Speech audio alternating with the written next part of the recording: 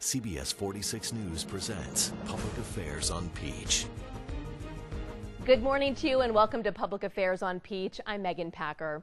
In the next couple of weeks, we will see scenes like this all across Metro Atlanta, students heading back to class for the 2017-2018 school year. Many will be excited, many will be anxious, and that probably applies to both students and teachers. We will spend the next half an hour discussing back to school. We are pleased to begin our discussion with the superintendent of Atlanta Public Schools, Dr. Maria Karstafen. Thank you for coming in. A very busy time of year, so we appreciate your time. It is, but I'm so excited to be here today to talk about day one. And you are known for your energy, your enthusiasm. I know you have been going nonstop in recent days. Tell me what the first day of school, though, is like for you. Well, APS has a very rich portfolio of options, and in those options, we have different schools with different models. So we've actually already started schools. Many of our charter schools have started. Some of our partner schools have started. And so day one for all of our neighborhood, more traditional APS system schools starts on day one. So we've been ramping up for some time, and so this past week has been very exciting. And of course, Tuesday, August 1st is the first day of school for the majority of our students. As superintendent, do you have concerns going into the school year? Anything that's worrying you? Oh no, I'm anxious all the time about the first day of school. I am one of those kids still who often wonders what I'm wearing on the first day, whether or not, I'll still have the same friends this school year. I am just like the quintessential everlasting middle school student. The same questions and concerns always on your I don't think mind. I've ever evolved from that, which kind of makes me pretty sympathetic to the student experience at any grade level. So yeah, it's been, I'm kind of anxious about making sure that we roll out all of the big school changes that we've made over the last couple of years. There is about a 5-year rollout plan, so it's essential that we stay on target and make sure that those rollouts go well. I'm always, anxious about making sure all classrooms are filled for our teacher vacancies. You never know what's going to happen, but there's always some emergency, perhaps with a leader, perhaps with some big system, technology or otherwise. So, the anxiety mounts up, and so until that first school bus gets off the lot at 5 o'clock in the morning on Tuesday, I am probably not going to sleep. I was going to say, those are the things that keeps the superintendent up at night. Yeah, and you also just want to be sure that parents are prepared. That's another piece. We have a big preparation process at APS. Historically had been a district where people really didn't think about the first day of school being a learning day. And so we had a lot of absences and even vacancies leading up to the first day and first week of school. We've really tried to change and adjust that culture where the community knows. Even people who don't have their kids in school know that Atlanta Public Schools is really starting on Tuesday, August 1st. And so everybody needs to be prepared for traffic. Everyone needs to be prepared to ensure that kids aren't truant.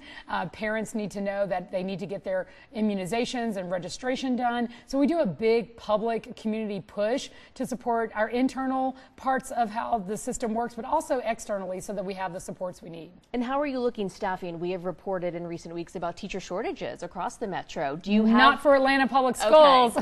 Okay. We've been recruiting all year long. And also, we've been working with a lot of partners to ensure that we have a pipeline that's being built. Some of those partners are at the college and university level. Others are specifically focused on ensuring that we can get alternative pathways to the classroom established. So when we put all that together for Atlanta Public Schools, even today, we stand at 11 vacancies, but by the first day of school, we expect to be in the single digits, if not zero. So our principals have been working hard long before the summer because we have a strategic effort to ensure that we acknowledge when we have potential principal vacancies.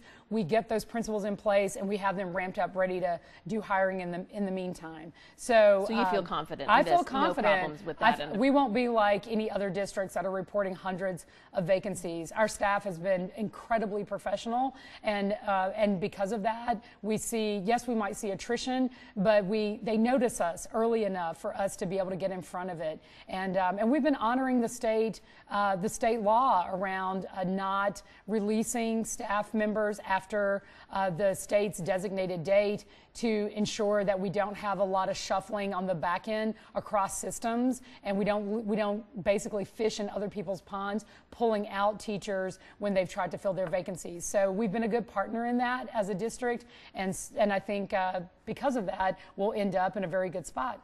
We are a few years removed now from the cheating scandal that rocked the district. Talk a little bit about the efforts to serve the children in the lower performing schools. Yeah, so not every child in a lower performing school was a victim of the cheating scandal. It is true that we still have upwards of 2,000 kids who are still in our school system. Many of them are at the high school level at this point, and because of that, we have worked on what we call Target 2021, when we anticipate the last student graduating from Atlanta Public Schools that we can associate with the cheating scandal. So we have a complete, comprehensive design for those children. But for kids who are in low-performing schools, regardless of whether or not they were in the associated with the cheating scandal, we have our turnaround plan.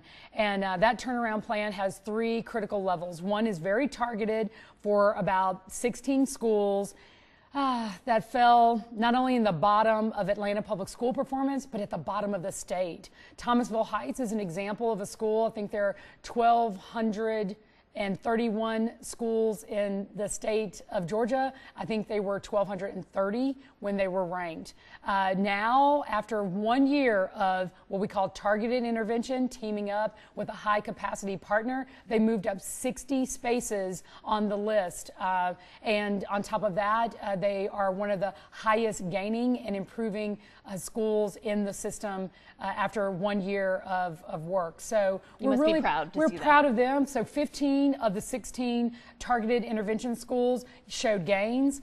We also saw that across the entire school district, 2/3 of our schools show gains, and that's 17 more schools compared to last year. So it's not time to do a victory lap by any stretch of the imagination. While we may have made improvements, in some cases we did not hit the targets that we needed to hit. So I think the good news in the story around our academic performance is that where we made the investments for targeted or intensive interventions, we did see the needle move, and quite comprehensively.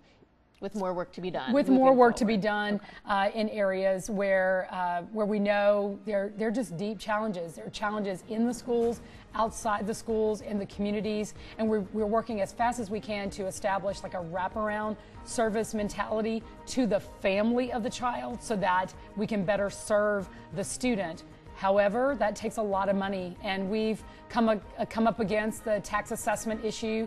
We'll be short upwards of at least $12 million at the start of this school year because of the shift in the tax freeze, and that meant that we do have to pull back on some of the programming and investments that we had already made, but that we were going to make to supersize our efforts for turnaround.